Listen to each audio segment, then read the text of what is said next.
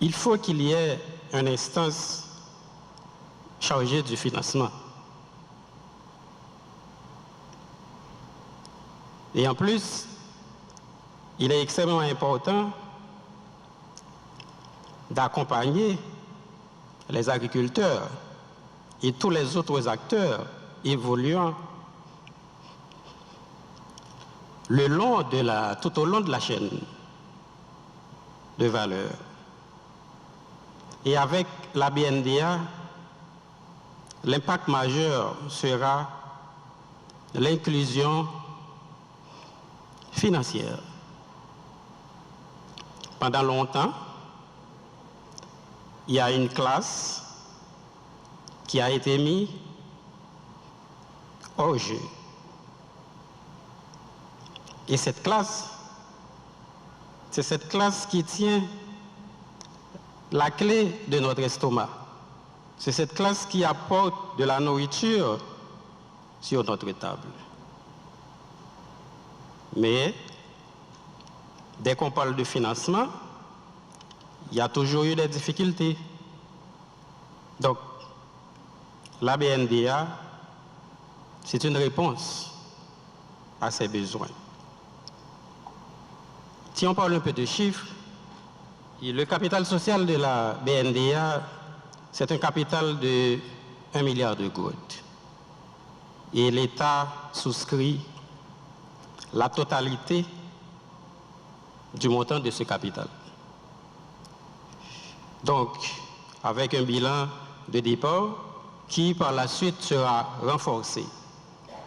Car des dispositions sont déjà prises pour que les actifs de l'ancienne Banque nationale de développement agricole et industriel, ces actifs seront transférés à la Banque nationale de développement agricole.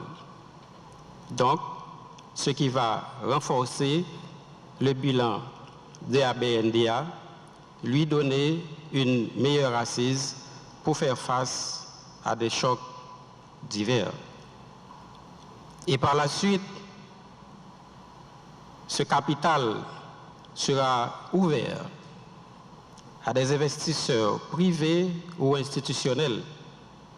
Et l'État, selon les dispositions déjà prises dans le décret du 24 août 2020, l'État sera prêt à céder au moins 49% de ce capital.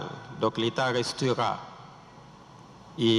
l'actionnaire majoritaire, mais il est extrêmement important d'inviter d'autres acteurs pour pouvoir supporter cette charge combien noble de pouvoir développer l'agriculture en Haïti. Le modèle de la BNDA. Nous avons parlé tantôt d'innovation. La BNDA n'est pas une banque comme les autres. La BNDA, c'est une banque au départ qui va évoluer sur l'axe de crédit, avec un partenariat avec notre sœur aînée, la Banque d'État, la Banque nationale de crédit, pour les opérations de décaissement et de remboursement. L'initiative de mettre en place une telle institution d'appui en Haïti est bien un témoignage éloquent du grand souci du président de la République et du Premier ministre de faciliter l'accès des groupes cibles au financement de faciliter une croissance soutenue de la production agricole et de nombreuses activités économiques en milieu rural.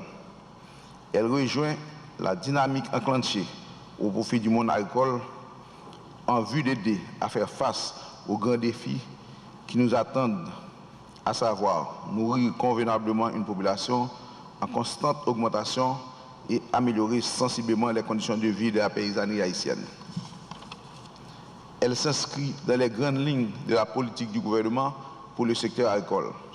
Cette politique de développement agricole constitue un cadre de référence, d'orientation et de planification pour la relance de la production agricole. Les prêts du secteur financier à l'agriculture n'ont pas dépassé 0,7% en 2018. Selon un rapport de la Banque mondiale, les tarifs sont baissés de manière significative et les restrictions quantitatives à l'importation ont tous été éliminées au détriment de la production agricole nationale, qui devient bien moins compétitive, d'autant plus que l'agriculture mondiale, qu'il s'agisse des États-Unis ou de l'Europe, est fortement subventionnée. La vision qui sous-tend les actions de cette politique agricole consiste à développer et à renforcer un secteur agricole moderne, basé sur l'efficacité et l'efficience de l'agrobusiness et de l'agriculture familiale, la compétitivité sur les marchés locaux et internationaux en assurant la sécurité alimentaire de la population d'une manière durable du point de vue environnemental et capable de produire des surplus pour la transformation en ajoutant de la valeur. Il est proposé d'atteindre les objectifs et les grands principes d'ensemble du secteur agricole en concentrant les efforts sur 4 grands axes d'intervention, à savoir le renforcement des capacités institutionnelles, le développement des infrastructures agricoles, le développement des filières, le financement de l'agriculture. En particulier, l'axe financement de l'agriculture a pour objectif général de faciliter l'accès au crédit pour les populations vivant en milieu rural de manière à soutenir le développement de l'activité agricole. L'accès au financement agricole et sa disponibilité ont toujours été considérés comme des facteurs contraignants au développement du secteur. Les produits qui sont offerts permettraient notamment du financement d'une étendue d'activités dans le monde rural, incluant des activités agricoles primaires, agriculture, pêche, aquaculture, élevage, l'agro-transformation, la commercialisation agricole et des activités productives non agricoles du monde rural. Excellences, Monsieur le Président, Monsieur le Premier ministre, Mesdames, Messieurs, les défis à relever sont nombreux et variés. Le combat à mener dépasse les capacités d'une seule institution. Le ministère de l'Agriculture réitère sa conviction qu'Haïti peut compter sur la contribution de ces institutions, notamment la BNDA. Cette cérémonie officielle de lancement de la BNDA, qui nous rassemble toutes et tous ici aujourd'hui, est le témoignage vivant de la volonté irréfragable du président de la République, son Excellence, M. Jovenel Moïse, et de l'ensemble du gouvernement de restituer au secteur agricole son rôle moteur dans le processus du développement national. Je ne prétends rien vous apprendre en vous disant que le secteur agricole a toujours joué un rôle prépondérant dans la croissance de l'économie haïtienne. Au début de la décennie 2010, ce secteur occupait encore près de 50% de la population active du pays et contribuait à près de 25% du produit intérieur brut d'Haïti. En 2018, le secteur agricole représentait à peu près 20% du PIB. Cette tendance vers l'affaiblissement de l'apport de ce secteur à notre économie n'est que la conséquence d'un ensemble de goulets d'étranglement auxquels fait face ce secteur, notamment le manque de financement criant pour les activités agricoles. En 2018, l'encours du crédit total dans l'économie était de 97,6 milliards de gouttes pour l'ensemble des banques commerciales établies en Haïti. L'engagement dans le secteur agricole faisait moins que 1% de ce montant, soit 712,5 millions de gouttes selon les statistiques disponibles dans le secteur bancaire. Rien qu'à écouter tout à l'heure le président de la BNDA, on peut comprendre qu'avec ce lancement, avec l'avènement de la BNDA, on peut déjà espérer au doublement de ce montant, parce que le président vient de parler d'un montant de 800 millions de gouttes qui vont être alloués sous forme de crédit à la chaîne de valeur agricole.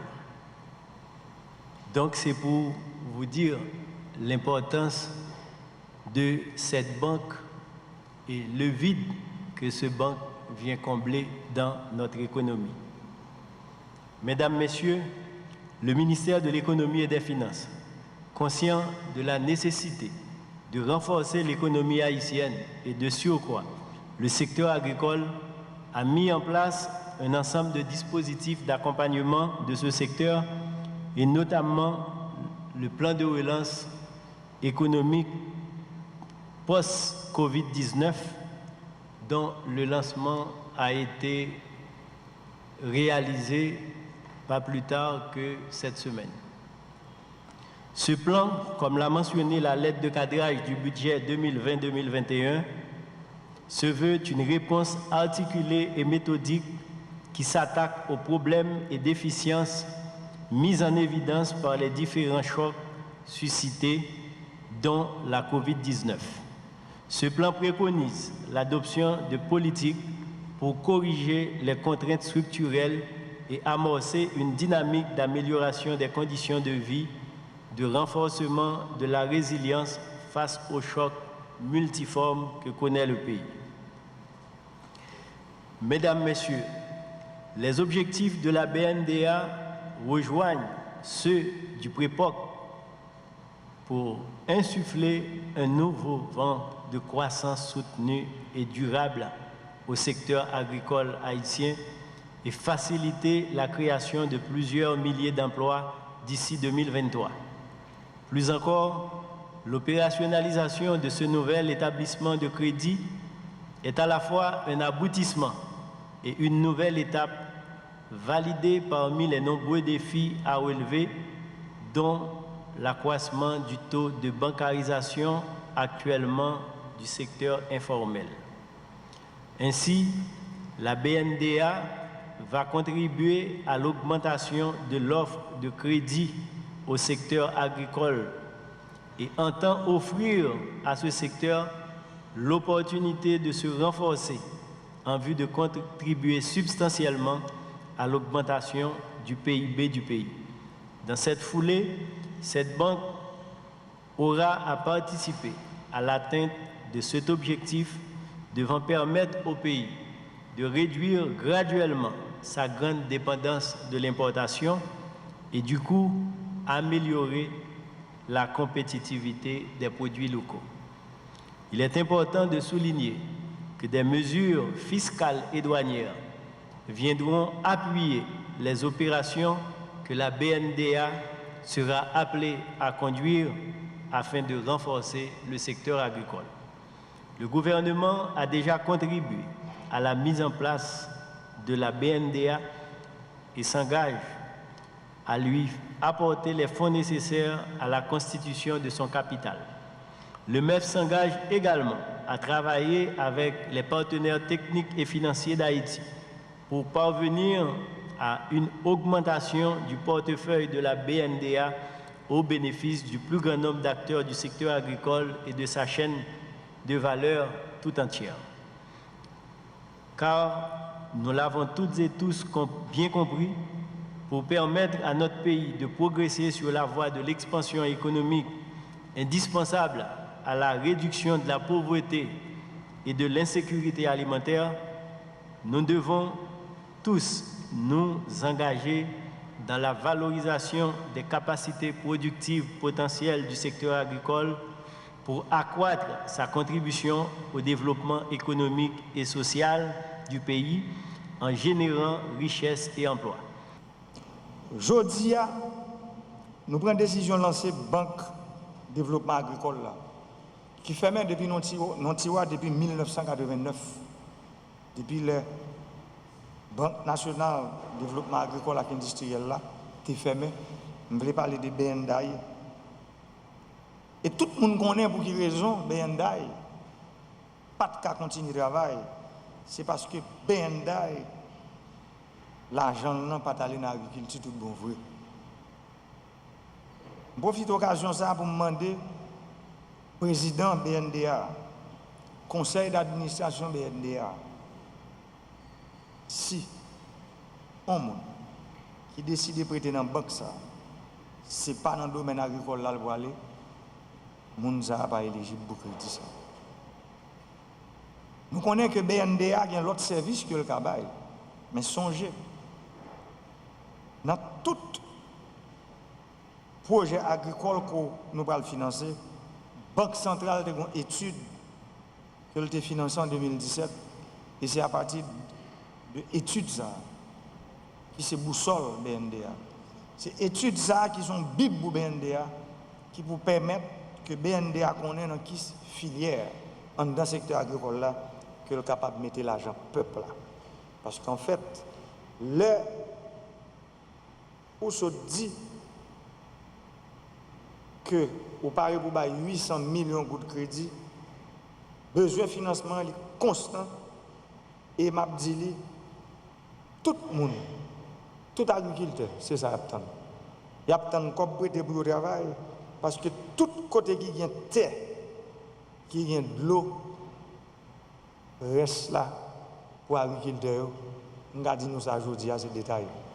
Depuis l'agriculteur joue de l'eau, il joue de terre, la produit manger pour mettre dans l'assiette et les mêmes la fait l'argent de poche.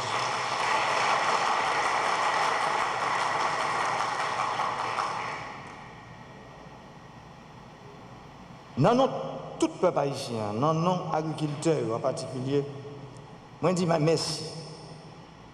Moi je dis merci à tout le monde qui permet de rêver ça, de vivre en réalité. Parce que, moi je dis nous, qui souffrent le ou son chef d'État qui est en tête l'idée pour transformer ou bien pour faire changement, réforme, c'est difficile. Pour ne pas dire parfois camper ou qu'on demande est-ce que ce n'est pas impossible. Mais si vous n'avez pas de monde qui campe pour ça fait, ce n'est pas facile. Je remercie et félicite le gouvernement. Je remercie et félicite le membre du conseil d'administration BNDA, président du conseil, gouverneur Banque centrale, tout le monde conseil Banque centrale. Qui ne pas ménager effort. Moi, je songe le premier jour. Moi, je suis gouverneur, je dis, je ne peux pas quitter le pouvoir sans nos frères, dont leurs frères pères sont en Afrique. C'est des gens qui n'ont rien. Je dis, je ne peux pas quitter le pouvoir, je ne peux pas quitter nos outils, à un instrument qui peut venir servir mon salle. Et je dis, je dis publiquement, le gouverneur de la Banque centrale, là, d'être avec nous tout le temps. Il était gourmet pour que le rêve ça aujourd'hui vienne en réalité. Maintenant, nous battons gros bravo pour lui. Courage. Parce que formulaire 113 qui sortit, tout le monde te connaît, c'était ça que tu crédit agricole là, mais c'était toquette là. Chai là, derrière. Je dis, c'est chai là que nous avons.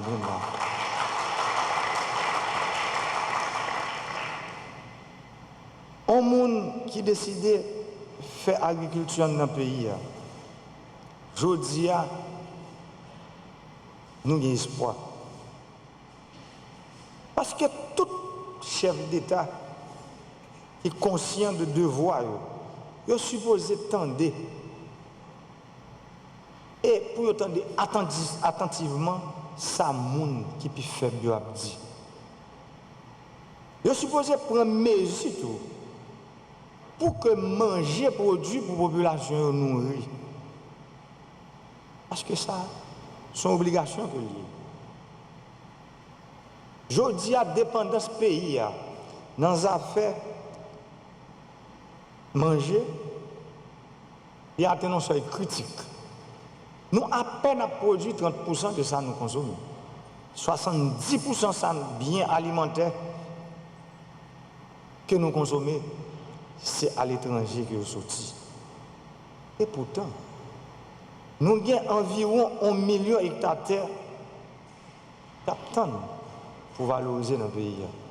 Là, nous avons 1 million d'hectares, gros savez dans les affaires agriculture qui sont là, connaît que ce n'est pas tout qui est facile pour user.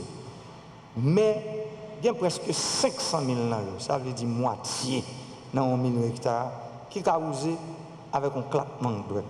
Ça veut dire, dans 500 000 hectares, c'est TG faut qu'a fait qu'on y a qui fait nous dire nous avons quitté 10% parce que c'était 50 000 seulement qui étaient de l'eau. Aujourd'hui, avec GFOR, ministère de l'Agriculture a fait, l'ambassade de Taïwan que je remercie, Banque interaméricaine de développement qui donne nous coup de main, que je remercie dans les affaires financement système solaire, trésor public, la ministre finance. Combien de ça fait qui fait aujourd'hui, moun en pleine gonaïve, capable de dire, dans 39 pompiers, il y a 19 cap chaque soleil déjà.